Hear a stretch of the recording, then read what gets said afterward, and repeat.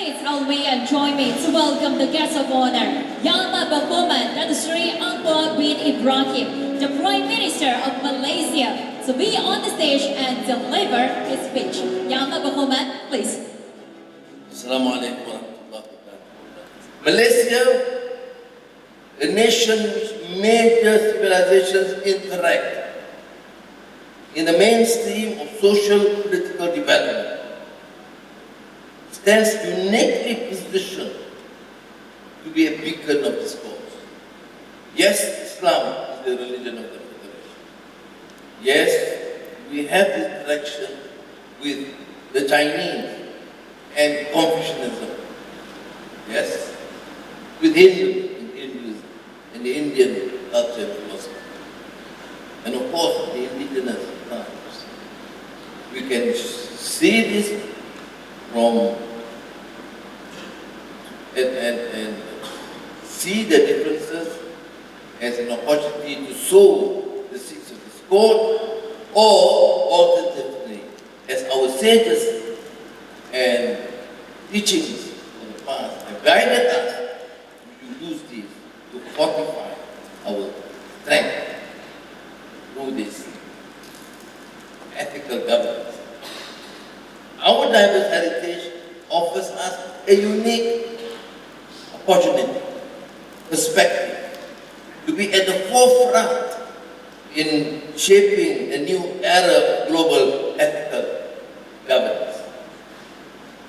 We don't talk only about or learn as an academic treatise on Islam or Confucianism or Indian philosophy, Hinduism, but we interact, we understand, we grow up in the society. So we have an upper hand if we see this in a positive light. So as we reflect on the myriad challenges before us, it becomes clear that they all converge on the most fundamental issue of ethics. By embracing the wisdom of Islam and Confucianism, we can work towards a future that is not only technologically advanced, but also morally enlightened. This inflection point of civilization, Malaysia must lead the way in setting the example of a more inclusive world where harmony thrives seamlessly amidst the multiplicity of races, religion, nationalities, and depths. Yes, this sort of a discourse is popular among scholars like Osman, academicians, and probably students of religion. It is not something that political leaders and statesmen like to be involved in. That is, to me, a major flaw in the deficit. That's why, Ambassador, when I went to China, I made special reference to President Xi Jinping's remark when he talked about the need to encourage understanding and see the entire political strategic partnership, not only in terms of economic advancement, to ensure sustainability and growth, or in the fields of digital transformation, but he emphasized the term civilization. I made special and specific reference to this in my exchange with President Xi Jinping, that you, Mr. President, is quite unique in the sense that for a statesman to refer to the need for understanding and civilization when the world talks purely, only, or confined to technology, climate, and economic growth.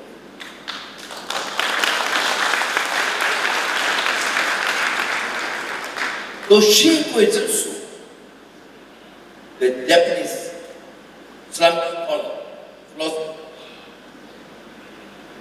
God and Man in the Quran, the other books, epistemology. Osman is more familiar with that. Izutsu reminds us that while knowledge of Qadar brings man a perfect peace of mind, he will at the same time be tormented by intense pain at the sight of all the injustices, evils, and sufferings that reign rampant around him. Hada means things are already certain. Whatever you do, you are fated. But that does not preclude from our immediate task of working for the good of man and mankind and reject the injustices, corruption, and injustices in our midst.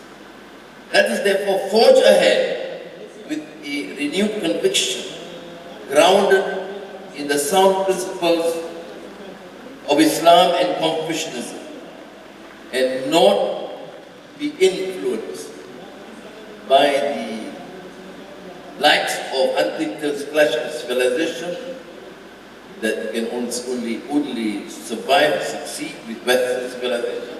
All the rest, Chinese and Indian and Arab, are all getting to be obsolete and irrelevant. We take a different view. We cherish all cultures and civilizations, and we see that as a source of strength. And to us, the sound principles of Islam and Confucianism, for the pursuit of prosperity, that must be shared, and the attainment of justice in all its varied spheres of human endeavor. Ladies and gentlemen, a big round of applause, please.